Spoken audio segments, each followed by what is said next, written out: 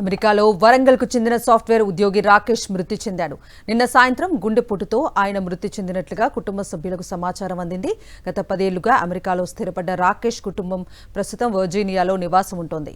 ఆయన ఆకస్మిక మరణ వార్త తెలియగానే కుటుంబ సభ్యులు, బంధువులు కన్నీరు మున్నీరుగా విలపిస్తున్నారు.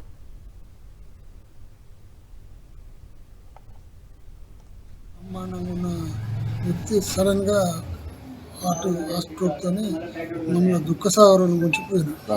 ఎలాంటి అవి లేవు, ఏ దురాలవాట్లే, తినేటోడు కాదు, తాగేటోడు కాదు.